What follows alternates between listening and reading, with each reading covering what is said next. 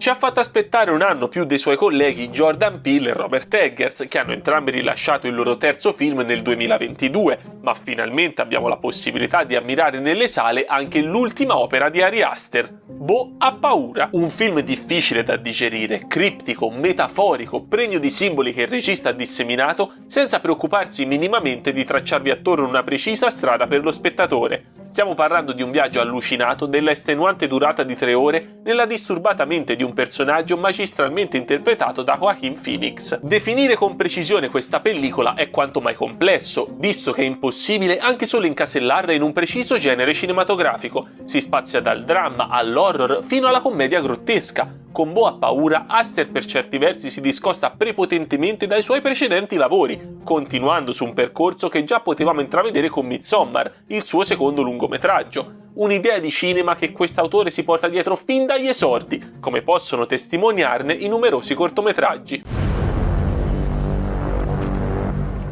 Se, come detto, Bo ha paura si allontana dai precedenti lavori del regista per motivi che vedremo a breve, è anche vero che vi si possono trovare punti in comune con le altre 2 pellicole. Stiamo pur sempre parlando di un film di Ari Aster e la sua presenza nell'opera è sicuramente tangibile. Prima di tutto nella tecnica, ci sono inquadrature e movimenti di macchina indubbiamente riconducibili al suo cinema, ma soprattutto nei temi. In Hereditary, lungometraggio d'esordio di quest'autore, fulcro della storia erano le colpe dei genitori che venivano tramandate ai figli. Con Midsommar si affrontava invece il superamento di un pesante lutto familiare, riscoprendo se stessi in una realtà totalmente differente dalla nostra. In Bo ha paura, il soggetto trattato sono le conseguenze su un fragile individuo portate da una madre egoista, possessiva e opprimente all'inverosimile. Il filo conduttore che lega queste 3 opere è chiaramente il nucleo familiare, analizzato da Aster di volta in volta sotto un aspetto differente, ma considerato sempre come luogo di nascita degli orrori dei vari protagonisti. Se possiamo trovare delle somiglianze nel contenuto, Bo ha paura si differenzia però enormemente dagli altri 2 film nella forma. Hereditary è una pellicola abbastanza classica se pensiamo all'horror, una storia di possessioni demoniache nella quale visivamente si gioca molto con l'oscurità,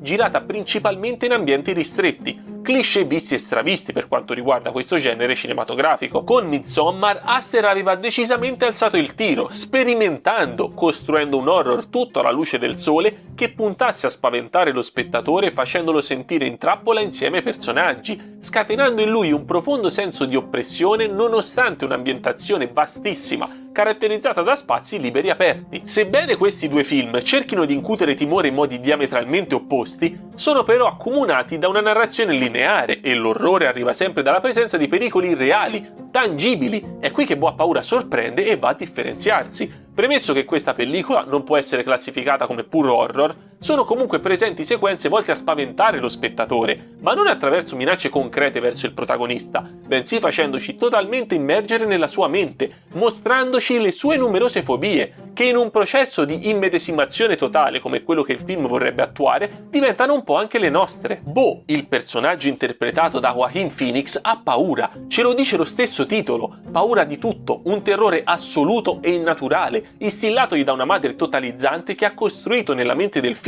una visione terribile della realtà che lo circonda, facendolo crescere schiacciato da un perenne senso di colpa. Aster vuole farci conoscere approfonditamente questo personaggio, ideando una storia grottesca e surreale che ne rappresenti i processi mentali. Accompagniamo Bo in un viaggio allucinato, costellato da incontri e avvenimenti assurdi e apparentemente illogici. Percorriamo una serie di tappe che sembrano quasi essere totalmente sconnesse e non avere senso, un mosaico astratto, puramente metaforico, nel quale risulta difficile orientarsi. La trama si potrebbe tranquillamente riassumere in 2 righe. Tutto ciò che vediamo nell'arco di quelle 3 ore, che sottolineo scorrono via in modo abbastanza godibile, è una miscela di generi, atmosfere, simboli e personaggi. Una pellicola alla Kaufman, con la differenza che quelle opere, attraverso input che l'autore volge sia a se stesso che al pubblico, spingono lo spettatore a porsi interrogativi sulla propria esistenza, mentre Aster si ferma al gradino precedente, limitandosi a far immergere totalmente chi guarda nello stato emotivo del suo personaggio. E quando questa immedesimazione viene meno, come è stato nel mio caso, il film va a perdere gran parte della sua efficacia. Non sono riuscita ad empatizzare con Bo nemmeno per un singolo momento, nonostante la straordinaria interpretazione di Phoenix, ma ero troppo distratto da tutto ciò che gli accadeva attorno. Per quanto mi riguarda, il problema principale di quest'opera, che non mi ha portato ad apprezzarla quanto credevo inizialmente, è che dentro vi è stata messa una quantità spropositata di cose, troppe assurdità, troppi simboli, troppi concetti, ripetuti anche allo stremo, troppo tutto. Sono dell'idea che Aster volesse realizzare questa pellicola da tantissimo tempo. Pensate solo che l'ispirazione deriva da un suo cortometraggio girato nell'ormai lontano 2011, intitolato appunto Bo. Magari questo voleva addirittura essere il suo film d'esordio, ma chiaramente i produttori, prima di investire denaro su un progetto così difficile, commercialmente parlando, hanno preferito far misurare il regista con opere più semplici. Per questo Aster è partito da un horror che puntava molto su cliché come Hereditary, per poi allontanarsi sempre di più da quell'idea classicista del genere. Dopo essersi affermato come autore nel panorama mondiale con Midsommar, avrà finalmente avuto carta bianca per il suo progetto, ma è come se dentro Aster nel corso degli anni la storia di Bo abbia continuato a macerare, generando nuove suggestioni, nuove idee, e il regista, invece di sezionarle, ha cercato di inserirle tutte a forza nel film, dando vita ad un oggetto indefinibile, sfuggente, fortemente imperfetto. Forse in alcune circostanze sarebbe bastato semplicemente fare un passo indietro e togliere invece di aggiungere. Guardando il film non mi sono mai sentito accanto a Bo durante il viaggio, non ho vissuto le vicende attraverso i suoi occhi, mi sembrava piuttosto di vedere tutto dall'alto, freddamente distaccato da ciò che stava accadendo al protagonista. Quello a cui ho assistito è stato bellissimo tecnicamente parlando, una regia splendida, lenta, dilatata, che non si fa mai prendere dal dinamismo neanche nelle sequenze più rocambolesche, con queste bellissime carrellate che affiancano Bo nel suo percorso, facendoci camminare insieme a lui. Scenografie impeccabili che riescono perfettamente a comunicare la psicologia di tutti i personaggi e soprattutto una fotografia sensazionale che si evolve con il proseguire della vicenda, dandoci l'impressione di star guardando ogni 40 minuti una pellicola differente. Ma nonostante questo involucro così visivamente appagante, il film non è mai riuscito a farmi sentire emotivamente coinvolto. Potrebbe benissimo essere stato un mio limite, magari per voi sarà differente, quella che vi sto dando è solo la mia personale esperienza, non un qualcosa di assoluto. L'unico consiglio che mi sento di trasmettervi nel caso non abbiate ancora visto il film è che dovete andare in sala preparati, consapevoli che state per approcciarvi ad un prodotto complesso, impegnativo, che richiede uno sforzo da parte dello spettatore. Se andate al cinema con l'idea di spaventarvi con un classico horror, potreste incappare in brutte sorprese e buttare una serata. Nonostante quest'ultima opera di Aster non mi sia piaciuta, anche se dovrei rivederla per trarre conclusioni più attendibili, vi invito comunque caldamente a recuperarla sul grande schermo. Autori di questo tipo, che azzardano con progetti tanto coraggiosi, vanno sempre supportati e poi, anche se per me non è stato così, potreste regalarvi un'esperienza estremamente affascinante. Adesso vorrei fare un pochino di spoiler, parlando di come io ho interpretato la pellicola,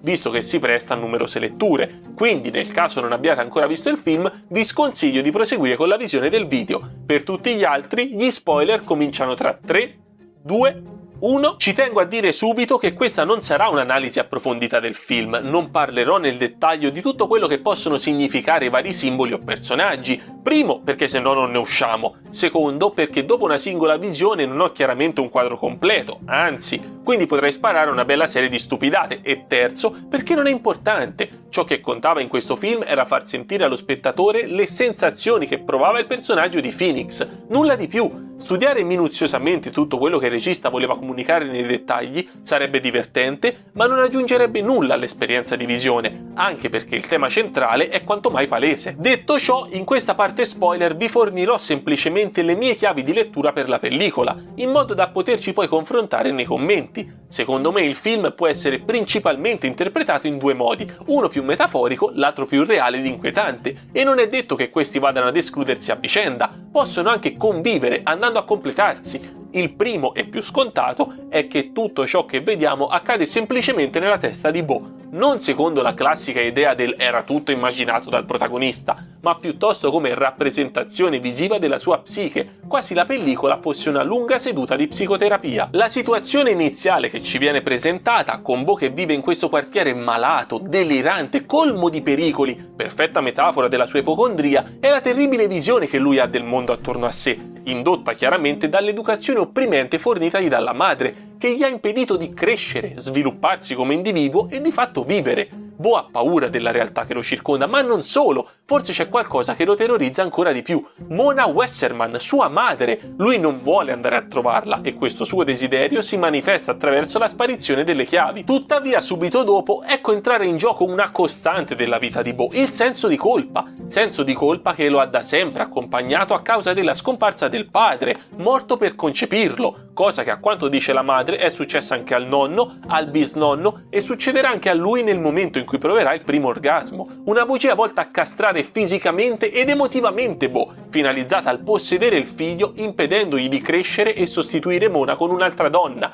Questo senso di colpa per non essere andato a trovare la madre si riflette sul protagonista con la mancanza d'acqua nell'appartamento. L'acqua è un elemento che possiamo simbolicamente collegare alla figura femminile, richiamo del liquido amniotico da cui tutti proveniamo e che abbiamo visto anche nella primissima scena del film, quella della nascita di Bo. Dopo aver tradito la madre non presentandosi all'aeroporto, Bo si ritrova in casa senza acqua, senza quell'elemento fondamentale per vivere di cui ha disperatamente bisogno, quindi esce in strada per procurarsene, perché dopo aver ingerito i medicinali ne necessita. In mancanza dell'acqua e quindi in mancanza della madre, morirebbe, cesserebbe di esistere. Le sue paure, i rimpianti, i rimorsi, il senso di colpa si riversano nella casa sguarnita dalla protezione della madre e vandalizzano il suo luogo sicuro. Bo arriva quindi a un punto di rottura, è nel panico più totale. La statuina che voleva regalare alla madre, rappresentante quell'amore materno che non ha mai potuto ricevere, si rompe in 1000 pezzi e il suo cervello, per fermare questo processo, lo tramortisce facendolo investire, quasi come un mentale stop d'emergenza per tenerlo al sicuro. Se ci fate caso, nel film il passaggio da un luogo all'altro e quindi anche da un atto al successivo avviene sempre dopo che Bo perde i sensi e questi svenimenti arrivano tempestivi ogni volta che lui si scontra con i propri traumi. In seguito ad eventi sconvolgenti come quelli appena vissuti, il protagonista ha bisogno di riprendersi ed elabora l'immagine di una famiglia che si prende cura di lui come fosse un ragazzino. La statuetta che vuole regalare alla madre è stata ricostruita, pare essere un momento di tranquillità per Bo, ma ecco che il legale della madre lo chiama rimproverandolo per non essersi ancora presentato a casa di Mona, visto che senza di lui non può avere luogo il funerale. Ritorna ancora una volta il senso di colpa, ma nonostante ciò nel profondo Bo continua a non voler andare dalla madre e la famiglia lo trattiene con varie scuse rimandando la partenza. Successivamente il protagonista dovrà fuggire da quell'abitazione e raggiungerà un bosco nel quale incontra una piccola comunità e fa amicizia con una donna incinta, simbolo di rinascita e dell'atto sessuale che lui non può compiere perché altrimenti morirebbe. Comincia quindi a farsi strada nella sua psiche il desiderio di liberarsi della madre. Durante lo spettacolo teatrale, Bo immagina il tipo di vita che vorrebbe e potrebbe avere se solo riuscisse a liberarsi delle catene della madre, che lo inchiodano al punto di partenza non dandogli la possibilità di avanzare. Persino durante questa sua liberatoria fantasia, torna prepotentemente l'oppressione di quella terribile donna, rappresentata dal mare in tempesta che strappa Bo dalla sua famiglia, costringendolo a vagare in solitudine per anni. Ripresosi da questo sogno ad occhi aperti, Bo è ormai perfettamente consapevole di quanto la figura di Mona sia nociva per lui. Si libera quindi di quella statuetta che si portava dietro da inizio film e giunto finalmente a casa della madre, ormai a funerale finito, ha il suo primo rapporto sessuale al quale incredibilmente sopravvive, rapporto consumato addirittura nel letto della madre stessa. Per lei non poteva esistere smacco più grande. Scopriamo come la donna sia ancora viva, era solo l'ennesima trovata per costringere Bo nel senso di colpa e i due hanno finalmente un confronto, durante il quale lei sputa addosso al figlio tutto il suo odio e lui riesce a liberarsi di questa opprimente figura strangolandola. Tuttavia il tormento interiore di Bo è troppo grande, non può essere sconfitto, lui si sente ancora tremendamente in colpa, sia per il travagliato rapporto avuto con Mona che per la sua codardia. Bo è stato un vigliacco, si è ritrovato costretto in una scomodissima situazione a causa non sua, è vero, ma non ha mai fatto nulla per uscirne, non ha mai provato a reagire. Piuttosto che affrontare la madre, ha preferito rimanere confinato per tutta la vita in una mortificante realtà che qualcun altro aveva costruito per lui. Muore così affogando nella caverna, in una scena che ricorda tanto un ritorno nell'utero materno, concludendo un cerchio simbolico aperto nella prima sequenza del film. A questa interpretazione totalmente metaforica della pellicola, di cui ho appena scalfito la superficie, ma era solo per darvi un'idea, si può affiancare una lettura più reale e molto più inquietante, sulla quale secondo me Aster avrebbe dovuto puntare maggiormente.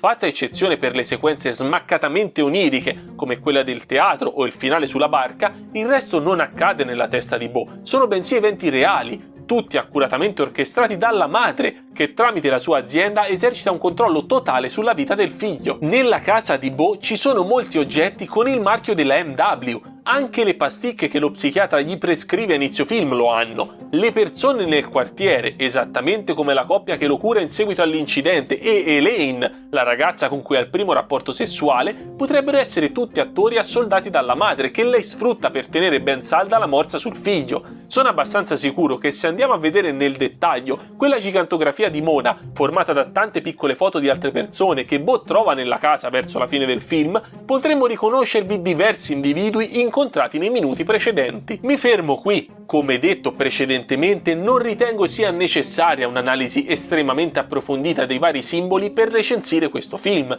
e dopo una singola visione non ne sarei nemmeno in grado, tanto la mia opinione sull'ultima fatica di Aster penso sia abbastanza chiara. Nel caso abbiate domande su qualche scena specifica e siete curiosi di sapere la mia opinione, chiedete pure nei commenti, contrassegnando sempre con la dicitura spoiler nel caso ne facciate, e sarò più che felice di rispondervi. Magari riusciamo ad aprire un bel confronto, scoprendo nuove chiavi di lettura per la pellicola.